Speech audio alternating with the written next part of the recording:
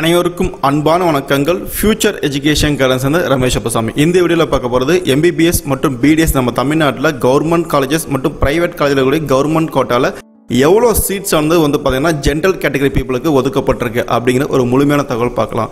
First MBBS மற்றும் BDS ஆன அந்த கவர்மெண்ட் கோட்டா சீட் வந்து 7.5% ஒதுக்கப்பட்ட கவர்மெண்ட் ஸ்கூலில் படித்த அந்த ஸ்டூடெண்ட்டுக்காக ஒதுக்கப்பட்டிருக்கு. அதுக்கப்புறம் வந்து பார்த்தீங்கன்னா ஸ்பெஷல் கேட்டகரி பீப்புளுக்கு நடந்து முடிஞ்சிச்சு. ஸோ இப்போ அடுத்ததாக ஜென்ரல் கவுன்சிலிங்க்கு வந்து எவ்வளோ சீட்ஸ் வந்து வேகன்சி இருக்குது கவர்மெண்ட் காலேஜஸ் மற்றும் பிரைவேட் காலேஜில் கூட கவர்மெண்ட் கோட்டாவில் இருக்கக்கூடிய எம்பிபிஎஸ் மற்றும் பிடிஎஸ் உண்டான முழு சீட் மேட்ரிக்ஸை நம்ம பார்க்கலாம். MBBS seat matrix government colleges எடுத்துட்டோம் அப்படின்னா கவர்மெண்ட் மற்றும் செமி கவர்மெண்ட் எல்லாமே சேர்த்து 26 வரும்.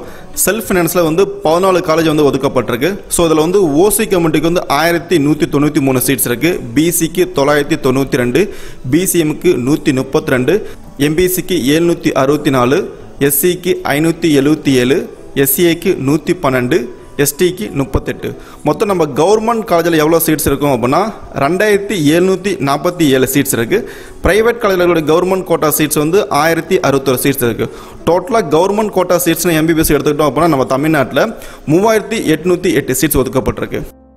BDS seat matrix government college எடுத்துட்டோம் அப்படின்னா தமிழ்நாட்டில் ஒரு கவர்மெண்ட் காலேஜ், ராஜமுத்து இன்னொரு கவர்மெண்ட் காலேஜ், மொத்தம் 2 கவர்மெண்ட் காலேஜஸ் இருக்குது. பிடிஎஸ்க்கு செல்ஃப் ஃபைனான்ஸில் வந்து 18 காலேஜஸ் இருக்குது. ஸோ மொத்தம் 20 காலேஜஸ் இருக்குது.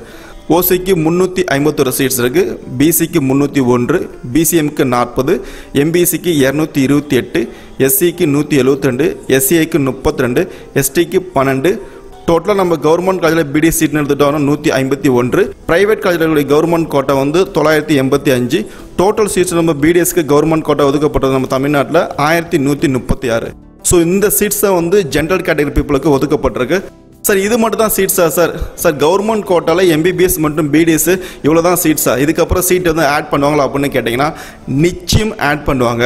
அது எப்படின்னு கேட்டிங்க அப்படின்னா அதாவது இப்போ செகண்ட் கவுன்சிலிங் வந்து பார்த்தீங்கன்னா வந்து நம்ம ஆல் இண்டியா கவுன்சிலிங் நடந்துட்டு இருக்கு. ஸோ இந்த ஆல் இண்டியா கவுன்சிலிங் வந்து நடந்து முடிஞ்ச பிறகு இந்த ஆல் இண்டியா கோட்டாவில் வந்து யாரெல்லாம் வந்து பார்த்தீங்க அப்படின்னா வந்து ரிப்போர்ட் பண்ணாமல் ஜாயின் பண்ணாமல் இருக்காங்களோ நம்ம தமிழ்நாடு காலேஜில் அந்த சீட்ஸ் எல்லாமே வந்து ஸ்டேட் கவர்மெண்ட்டுக்கு வந்து பார்த்தீங்க அப்படின்னா சேர்த்துருவாங்க. ஸோ அப்படி சேரும்போது வந்து பார்த்தீங்க அப்படின்னா உங்கள் இதில் இருந்து சீட்ஸ் கண்டிப்பாக இன்க்ரீஸ் ஆகும்.